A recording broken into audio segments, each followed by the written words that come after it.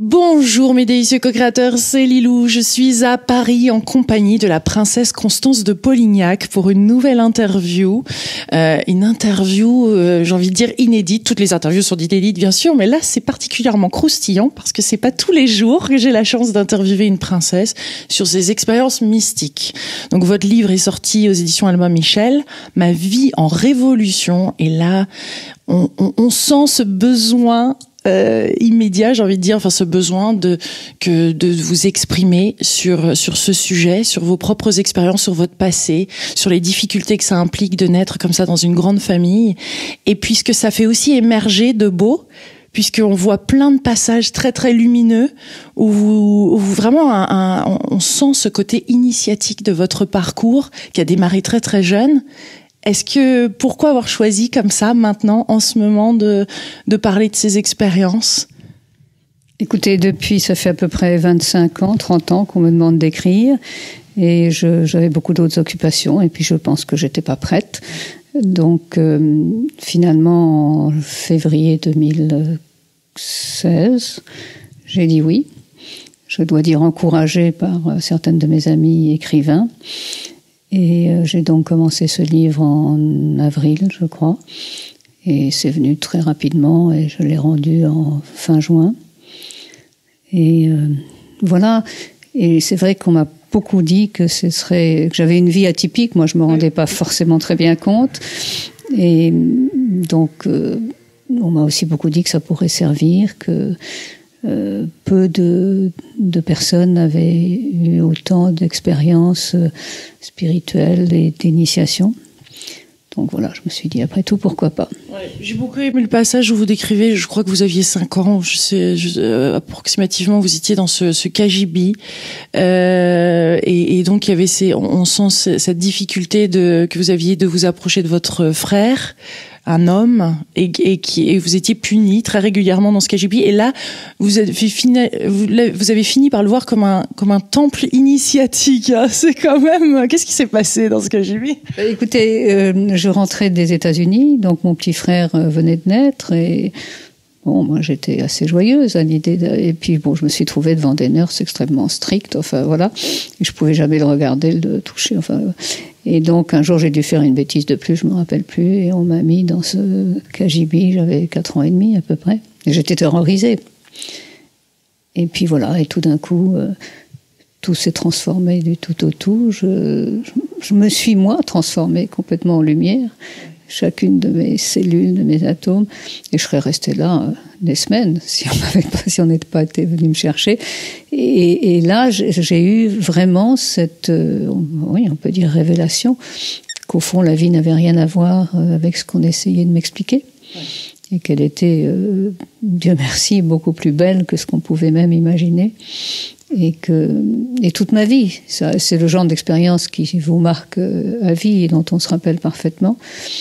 Bon, après, en sortant, j'ai trouvé des choses un peu dures, évidemment. Ça ne correspondait plus du tout à ce que j'avais vécu, mais en attendant, ça m'a aidé et porté, et ça a continué pendant des années après. Et j'ai toujours eu beaucoup d'informations qui m'ont guidée, qui ont été très initiatiques, mais qui m'ont guidée à travers un parcours dans un contexte tout de même extrêmement difficile pour les femmes et les petites filles. Moi, j'étais née la 4e fille, c'était tout de même un peu une insulte. Et mon frère était là après. Donc ça m'a beaucoup, beaucoup aidée. Ça m'a fait comprendre beaucoup de choses. Ça m'a permis d'avoir tout de même quelques petits problèmes et de flirter avec la mort plus d'une fois. C'est ça, parce que vous parlez de vous entrez dans le coma plusieurs fois. Vous avez quand même des expériences de mort imminente, on peut dire. Oui, j'ai eu 3 traumatismes crâniens et donc 3 comas. J'ai été tout de même très, très fracassée et j'ai perdu la mémoire pendant pratiquement 7 ans. Mais j'ai retrouvé une autre mémoire. J'ai perdu la mémoire chronologique qu'on appelle immédiate. Mais vous savez, il y a de tout ça 60 ou 50 ans. Et à l'époque, la plasticité du cerveau, on ne savait pas ce que c'était, ça n'existait pas. Et pour moi, c'était très évident qu'il se passait quelque chose au plus profond de moi-même et dans mon cerveau, que je n'aurais pas appelé plasticité du cerveau, mais parce que j'avais cette conviction depuis toute petite, depuis sans doute ma fameuse expérience, que de toute manière le corps avait une faculté de régénération absolument prodigieuse. Et ça, je l'ai vraiment vécu à tous les niveaux. Alors, je pense que le fait d'en être convaincu aide, mais c'est un fait indéniable aujourd'hui et que la science a reconnu et qui m'aide encore aujourd'hui, d'ailleurs. Moi, je remarque dans les personnes que j'ai interviewées, donc qui ont fait des expériences de mort imminente, il y a quelque chose qui est comme, c'est une fréquence, c'est une énergie, il y a de l'information, c'est pas le même contact humain. Quand on est sensible à ça, c'est sur des plans plus subtils, mais on sent que cette personne-là revient avec quelque chose d'autre, une autre information. Et puis surtout, on revient, oui, avec un mode d'être complètement différent, avec beaucoup d'informations qui continuent à arriver. Et c'est là où, évidemment, au fur et à mesure, j'ai découvert les différents états de conscience, les différents niveaux de conscience qui sont aujourd'hui très à la mode. Mais à l'époque, on vous traitait de fou. En fait, on comprenait rien. Et ça a été tout de même un grand combat pour moi, d'abord de ne rien dire, ensuite de ne pas avoir l'air de quoi que ce soit parce que je voulais pas qu'on m'emmène à Sainte-Anne. Et comme j'ai été élevée à l'étranger, heureusement, c'était dans une nature absolument extraordinaire, donc j'avais toujours cette ressource. Et y a des petites filles qui jouent à la poupée, moi je jouais avec les montagnes, avec les glaciers, avec tout ça, c'était mes grands compagnons. Et dans la nature, je voyais des tas de petits êtres avec qui je parlais. Donc j'étais jamais seule. Vous voyez, j'étais peut-être seule parmi les humains, mais en tout cas, c'était pas de l'isolement. C'était une solitude très peuplée. Comment on pourrait décrire cette manière d'être, justement, que vous avez captée ou vécue ou ramenée de là-bas ? C'est-à-dire, on connaît autre chose qui est tellement éblouissant que je crois on est sur un autre niveau de conscience, c'est vrai. Et sur ces niveaux de conscience-là, ce qui se passe dans la vie, c'est un jeu qui peut être fantastique, c'est un jeu où on peut perdre, c'est un jeu, mais c'est pas un drame.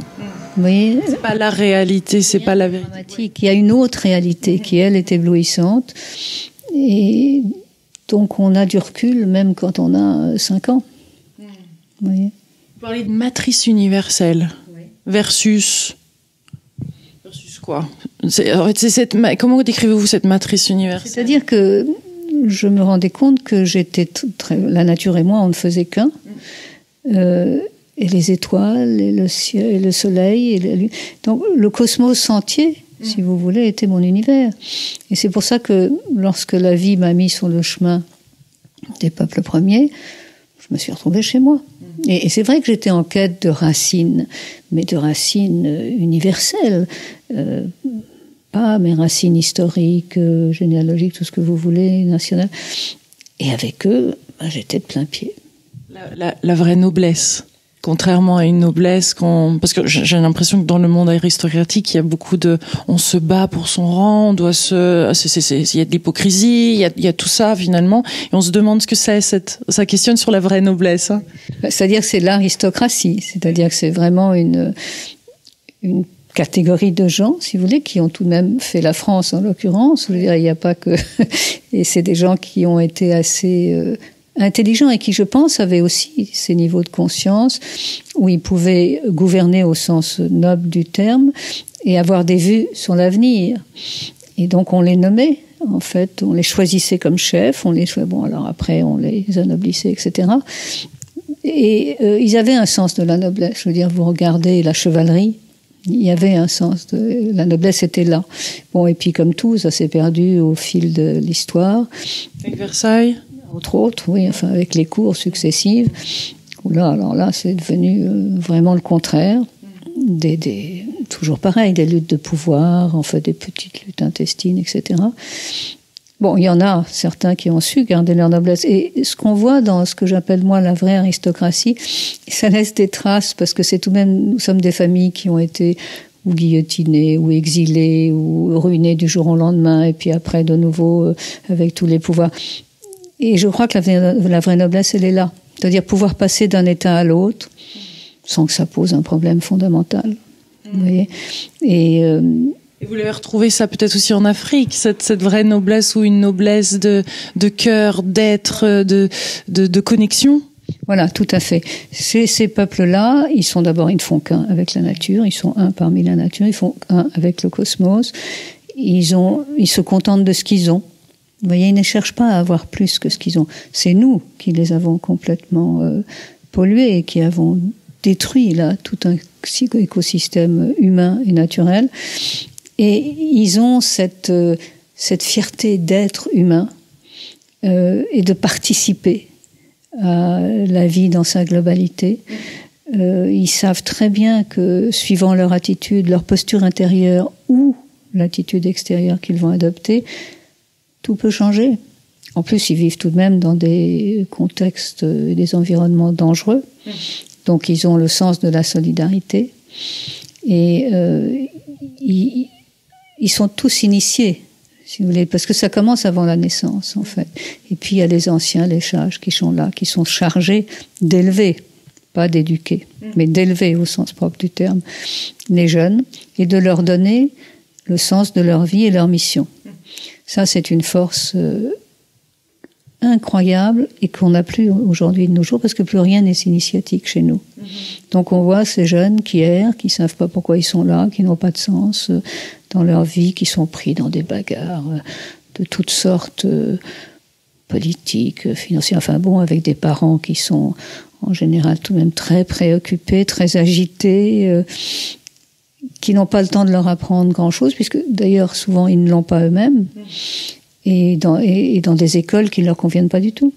Alors en lisant comme ça, j'ai découvert aussi que vous aviez vu pas des sorciers, mais des guérisseurs africains, des chamans, il y a toutes ces expériences. Est-ce que vous pourriez nous parler d'un de ces passages en Afrique justement, parce qu'il y en a eu plusieurs? Oui, enfin, il y a eu en Amérique du Nord, en Amérique du Sud, en Afrique. Le premier, c'était quand j'ai été nommée au Zaïre, donc c'était le Zaïre à l'époque, et donc mon aventure avec les Pygmées, et dont j'avais 2 sentinelles. On appelait ça des sentinelles, c'était des gardes du corps en fait, parce qu'ils tiraient remarquablement à l'arc. Et tout de suite, il y a eu une connexion entre nous. Et puis ils m'ont emmené chez eux à la suite d'une mission dans laquelle j'étais la nuit qui avait été saccagée, mais ils m'ont sauvé la vie.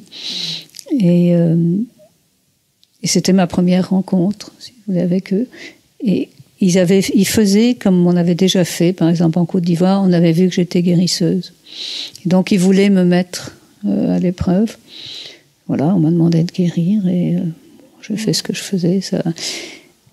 Et tout de suite, j'ai senti, mais d'un commun accord, je n'avalais pas certains breuvages qu'ils prenaient parce que, d'abord, j'étais un personnage tout de même officiel. Donc, s'il m'arrivait quelque chose, c'était pas l'idéal. Ils en étaient conscients, mais sentinelles. Et ensuite, je me rendais bien compte qu'ils savaient pas très bien par rapport à une femme blanche. Je suis pas une armoire à glace. Ils se disaient, ni eux ni moi n'avions envie d'aller plus loin.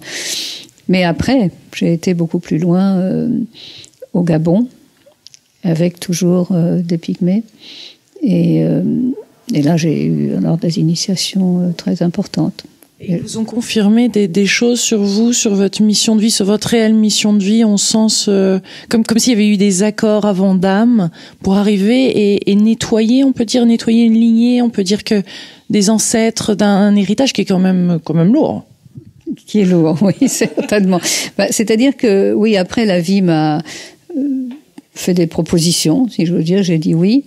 Et ça a été, chez les Algonquins, chez les Chouas, enfin, il y a eu beaucoup. Et à chaque fois, il me disait, quand il commençait à m'initier, il disait, mais tu es né initié. Mais quel que soit le continent, on me disait ça. Je dis, si vous voulez, moi, je ne sais pas, c'est vous qui savez.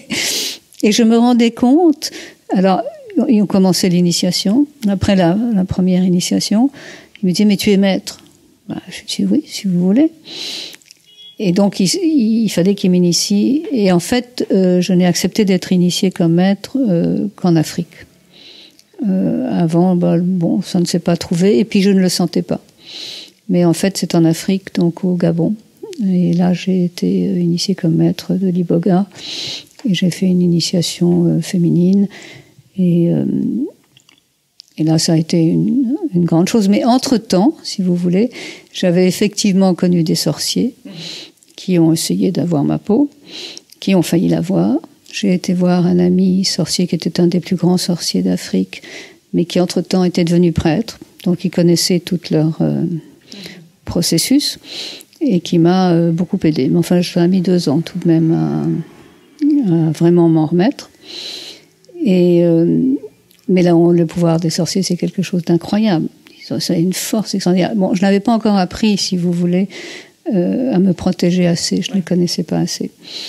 Et puis protection énergétique, protection. Et puis surtout, c'est comme n'importe qui ou n'importe quoi, ne pas se laisser intimider, si j'ose dire, par un pouvoir quelconque, mais revenir à son propre pouvoir. Vous voyez.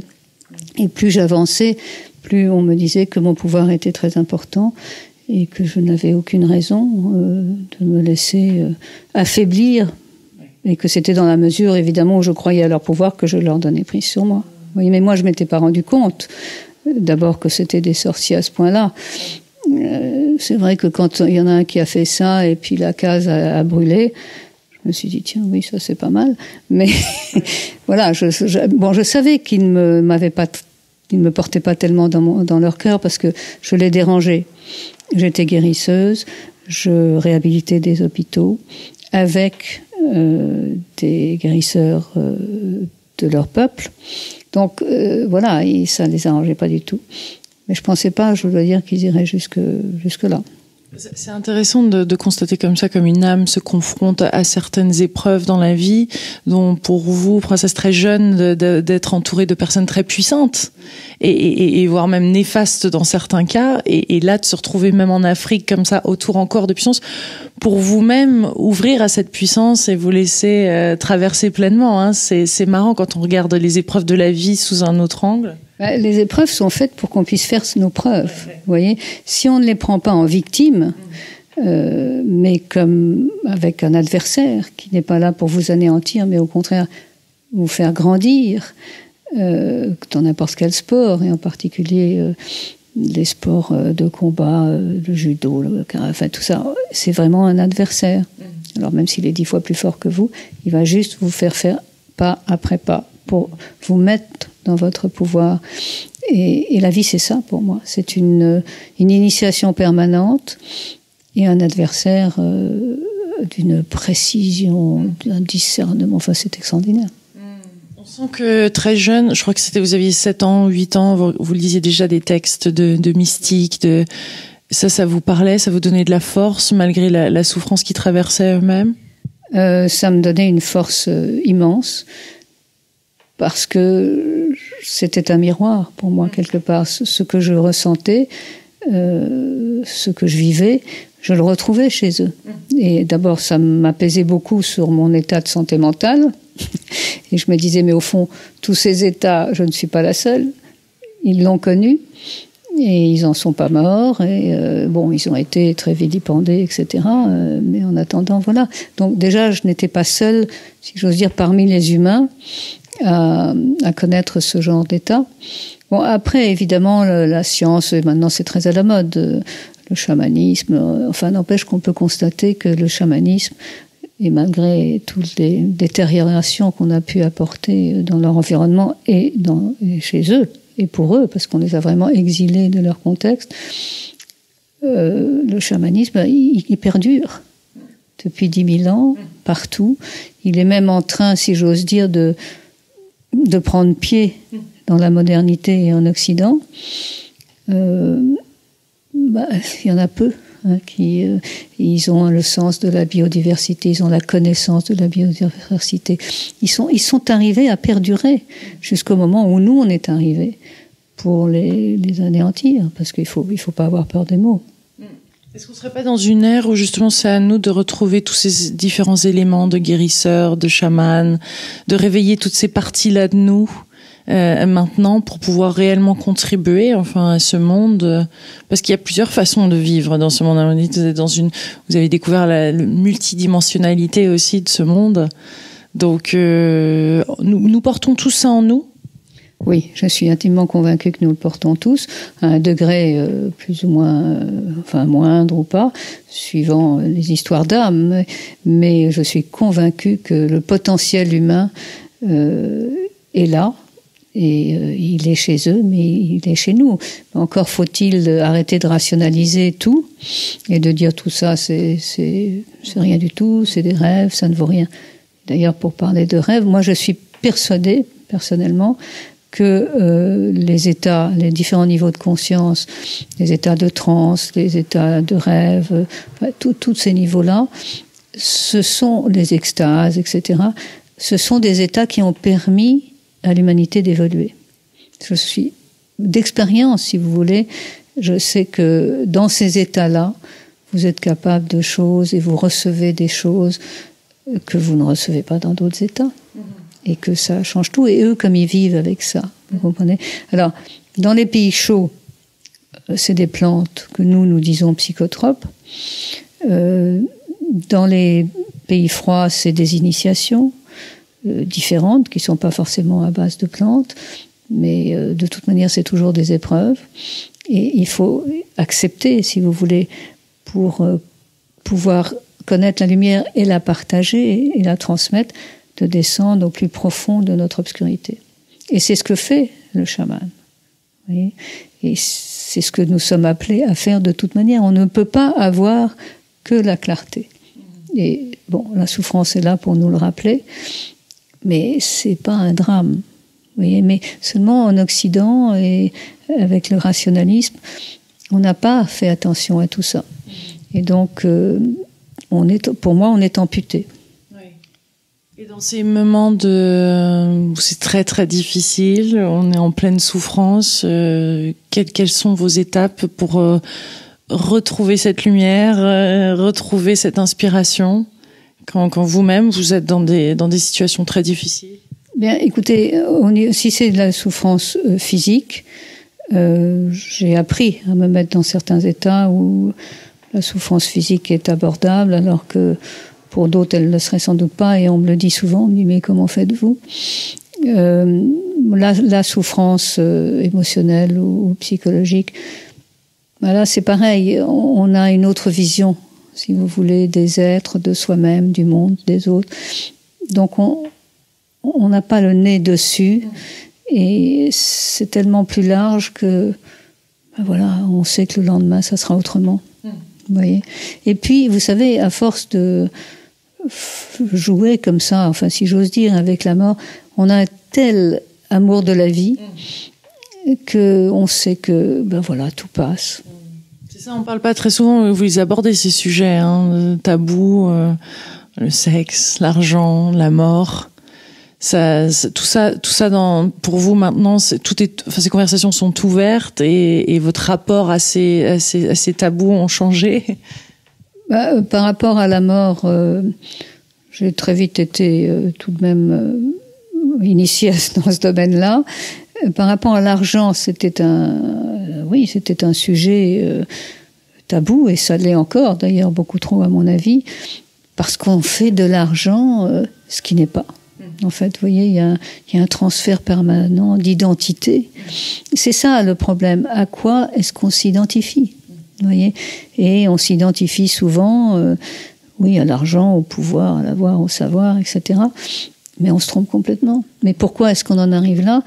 Parce que personne ne vous a aidé à trouver un sens à votre vie et votre chemin de vie. Parce qu'on a tous un chemin de vie. Si l'univers nous a assez aimés pour nous accepter sur cette terre, c'est pas pour rien. Vous voyez ? Et tout ça doit circuler. Et tout ça, je crois que maintenant, oui, on peut autant. Je me suis empêchée de parler pendant des années parce que la France a tout de même l'art de chercher des sectes dans tous les sens. Mais maintenant, voilà, je pense que c'est le moment vraiment de parler et d'écrire. Ouais. Et je crois que ça peut faire du bien. Enfin, c'est évident. Et même une interview et même d'en parler comme ça librement, je suis sûre que ça fait du bien à tout le monde. Circuler donc, laisser circuler tout ça, laisser circuler cet argent. Je sais que vous soutenez pas mal de travaux de recherche également pour faire avancer, pour prouver justement que cet univers est connecté. Laisser circuler cette énergie, le savoir, que tout ça soit, finalement on parle de vraie liberté, hein. On a égalité, fraternité, on n'y est pas vraiment tous les jours. Je crois pas du tout. Non, c'est ce qui m'a frappé en France, parce que c'est une belle devise, mais en fait elle n'est pas du tout, à mon sens, vécue assez profondément, et ni réfléchie d'ailleurs, parce que bon, vous parlez du savoir, mais qu'est-ce qu'est devenu la connaissance? Vous voyez, ces peuples-là, c'est la connaissance. Et connaissance, ça veut dire quoi? Ça veut dire naître avec. Donc on ne se bourre pas la tête de tas d'éléments et qui nourrissent notre mental, mais on est à chaque instant, donc on est autre à chaque instant avec ce que la vie vous apporte. Et c'est l'expérience, donc c'est à base d'expérience. Et cette extraordinaire métamorphose, si j'ose dire, ça devient de la sagesse. Et là, ça, on peut le transmettre. Et on n'est pas obligé de parler beaucoup. Beaucoup, il suffit qu'ils soient là. Et c'est leur état d'être qui transmet quelque chose. Voyez. On va finir par la révolution. Est-ce que on a tous ce chemin de révolution comme ça intérieur à faire, cette révolution qui se passe aussi à l'extérieur? Enfin, c'est dans quel monde sommes-nous? Qu'avons-nous? Quelle est notre mission finalement à tous? Je crois que oui. Je crois que moi je prends le terme de révolution comme retournement. Et il est très important, effectivement, de savoir se retourner et d'apprendre à voir les choses à l'envers, autrement.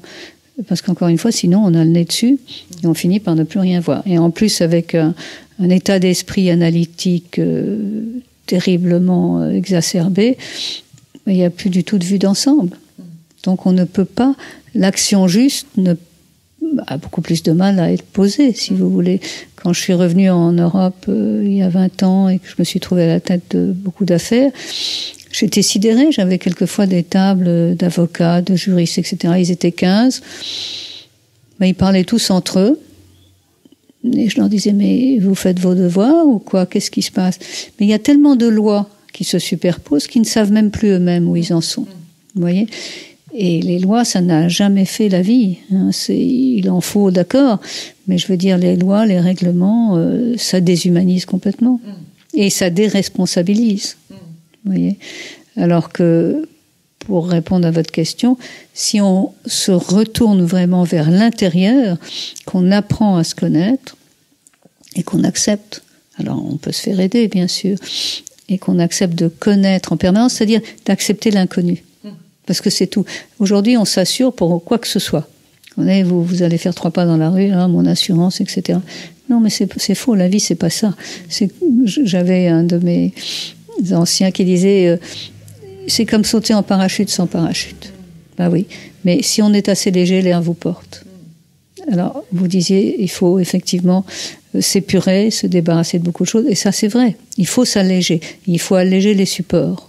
Et on le voit en particulier dans la médecine aujourd'hui, où les supports sont de plus en plus lourds, de plus en plus techniques. Et en fait, il y a de moins en moins de discernement proprement médical. Oui. Je repars vers une autre question, mais c'est quand même important. Tout ce qui est reprogrammation, nettoyage des lignées, etc., c'est quelque chose que vous avez fait où justement vous vous êtes senti allégé? Ça fait partie des techniques et des outils? Ou qu'est-ce que vous recommanderiez justement à quelqu'un pour s'alléger? Oui, moi grâce à beaucoup de ces personnes que j'ai pu rencontrer, oui, ma lignée qui était tout de même pas très légère et qui quelque part me collait à la peau parce que c'était sur ma route, si vous voulez. Et en général, une personne comme ça, tous les 3 ou 4 générations, qui est chargée de nettoyer, d'alléger. Donc, quand j'ai vraiment réalisé ça, j'ai dit bon, d'accord, on y va. Mais il y a plein de techniques qui existent, mais vous en avez pas une en particulier. En fait, c'est un chemin. Chacun a son chemin et il découvre au fur et à mesure les différents éléments qui correspondent pour s'alléger, je suppose, et pour vivre cette révolution. Oui, chacun a son chemin et c'est très très important de ne jamais l'oublier. Alors, les techniques, les méthodes, etc., moi, j'en ai jamais eu parce que j'étouffe. J'ai complètement, au bout de 10 minutes, je me dis, mais c'est pas possible, je suis complètement en prison. Je peux pas. Et bon, il y en a là, certaines où je me suis intéressée, si vous voulez, parce que ça peut servir, même si c'était pas pour moi. J'ai d'ailleurs moi-même mis sur pied ce que j'appelle les itinéraires pour les hommes d'affaires et les artistes. Alors, on peut dire que c'est des méthodes, des techniques, mais c'était que des expériences. Vous voyez, je leur faisais vivre des expériences toutes simples, toutes bêtes. Mais au bout de 2 jours et demi, ils étaient transformés. Ils avaient retrouvé leur enfant intérieur. Ils partaient avec une autre vision des choses, de leur entreprise, de la vie, de leur art, etc. Mais je crois qu'aujourd'hui, on met trop de méthodes et de techniques au point. D'abord, il y en a trop, les gens ne savent plus où aller, ni pourquoi y aller, parce que chacun invente, parce que c'est tout de même très commercial aussi. Vous voyez, on commercialise très vite les choses. Par exemple, si on prend le chamanisme, il n'y a pas de méthode, il n'y a pas de technique. Et c'est la grande différence aussi entre des rituels et nos cérémonies. Un rituel, on ne sait jamais comment ça va se terminer, on ne sait jamais ce que ça va donner. Et le maître qui anime le rituel, il est là pour faire en sorte que les choses se créent, que ça soit sacré, préserver le sacré. Mais sacré, ça veut dire quoi? Cela se crée. Donc chacun doit pouvoir être dans le maximum de sa créativité et co-créateur de ce qui se passe. Mais c'est vrai que d'expliquer ce que c'est les rituels, d'expliquer pour pouvoir ensuite l'appliquer soi-même, parce que je pense qu'il y a plein de choses, on pourrait remettre le sacré dans tellement de choses de notre vie, et c'est vrai qu'en apprenant à poser une intention, en apprenant à être bien présent, le voir comme les personnes ou les événements comme sacrés, là ça ritualise, et c'est vrai que c'est des éléments dont on a besoin quand même, sans créer de méthode, mais je pense qu'il nous manque de l'information qui n'a pas été diffusée au plus grand nombre dans ce sens-là, vous voyez, des bouts d'information pour ensuite reprendre ce pouvoir-là aussi. Tout à fait, mais non seulement elle n'a pas été diffusée, mais elle nous a été interdite. Moi, depuis 20 ans que je suis revenue en Europe, je vous promets que je ne disais pas un mot, parce que vous êtes immédiatement cataloguée. D'ailleurs, on m'a traité de sorcière. Enfin, j'ai revécu certaines expériences de la sorcière au bûcher. Vous voyez, ça va très très loin, parce que ça fait peur. Parce qu'en fait, le pouvoir du féminin, qu'on est dans une société où le masculin est dominant, fait très peur. Parce que le pouvoir du féminin, lorsqu'il est vraiment vécu, dans toutes les dimensions de l'être, rien ne l'arrête. On parle de féminin sacré ? Alors on parle beaucoup, un peu trop à mon sens, mais enfin bon, de féminin sacré, sans, de ce que je peux en voir en tout cas, sans vraiment aller au fond du problème. Mais parce que le féminin, il est à remettre à l'honneur, que ce soit chez les hommes ou chez les femmes, pour arriver à cet équilibre. Et à ce moment-là, seulement c'est sacré. C'est-à-dire à ce moment-là, c'est créateur. Vous voyez, c'est pas le féminin d'un côté, le masculin d'un autre. Et le féminin, bah oui, il y a eu toute l'époque féministe et beaucoup d'autres choses. Si vous voulez, il fallait passer par là. C'est un moindre mal et il fallait passer. Mais je crois qu'aujourd'hui, vraiment, on est capable de passer à un autre stade qui est de réintégrer le féminin en chacun d'entre nous et donc aussi dans la nouvelle société, le nouveau monde. Et alors là, ce sera une vraie métamorphose. Et réintégrer le féminin, c'est être... est-ce qu'on veut dire que c'est, comme pour les hommes, comme pour les femmes, de retrouver cette ouverture, cette danse avec la vie, cette fluidité, cet accompagnement? Comment on pourrait définir ce féminin? Cette douceur même, mais cette puissance aussi. Oui, le féminin est très puissant parce que justement, il n'a pas peur de sa douceur, il n'a pas peur de sa fertilité, il n'a pas peur de son abondance, il n'a pas peur de la confiance. Vous savez, quand une femme a un enfant, je veux dire, elle est en gestation pendant 9 mois, elle ne sait pas ce qui se passe. Elle ne fait rien, mais elle est complètement abandonnée à ce processus alchimique absolument extraordinaire, vous voyez. Et quand elle l'offre au monde, enfin maintenant c'est différent, on sait des mois d'avance si c'est un garçon, une fille, etc. Mais avant on ne savait pas. Vous voyez, et pourtant, Dieu sait si tout le monde voulait que des garçons, ou beaucoup en tout cas, vous voyez. Donc, on le sent dans votre livre, hein. Mais il n'y a pas que dans mon milieu, c'était tout de même les garçons, voilà, c'était la prolongation du nom, etc. Donc il y a cet inconnu pour elle, vous voyez. Donc les femmes, nous sommes beaucoup plus proches, d'une part évidemment des cycles de la nature, mais en plus on accepte beaucoup plus facilement une certaine souffrance, une certaine part d'inconnu, et on sait ce que c'est que cette confiance et cette abondance, et on sait ce que c'est que la douceur, parce que quand on a un enfant, quelle que soit la jeune femme, en général, ça la bouleverse, ça la renverse, vous voyez. Et il est temps de remplacer, si vous voulez maintenant, la douleur par la douceur. Oui. Un petit mot de la fin, princesse, pour finaliser, quelque chose qu'on n'a pas dit, une question que je vous ai pas posée, quelque chose qui vous tient à cœur de dire dans cette interview. Écoutez, d'abord, je vous remercie beaucoup. Et ce que je souhaite, oui, c'est que, à travers ces quelques pages, il y ait peut-être une prise de conscience que il est très important de tout intégrer dans la vie. Alors ma vie est peut-être atypique et j'étais dans les extrêmes, si vous voulez, mais c'est vrai que j'ai toujours essayé d'intégrer ces extrêmes et c'est ce qui donne ce que j'appelle la souveraineté intérieure. Parce que le souverain, c'est celui qui a tout intégré, les différents états de son peuple. Si vous voulez, que ce soit le combattant, mais qu'aujourd'hui le combattant peut devenir le protecteur, que ce soit celui justement de la mère, de la terre-mère, avec toute cette abondance, du sage, du visionnaire et du sage, de l'amant et de l'amante, de l'amour. Vous voyez, c'est des grands archétypes, si vous voulez, humains.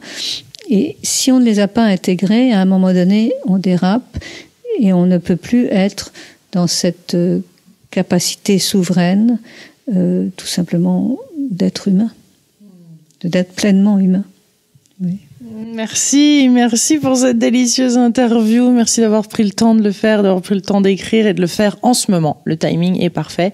Ma vie en révolution. Hein. Merci princesse. Gros bisous à vous, délicieux co-créateurs. On vous embrasse très très fort de Paris. À très très vite. On vous embrasse.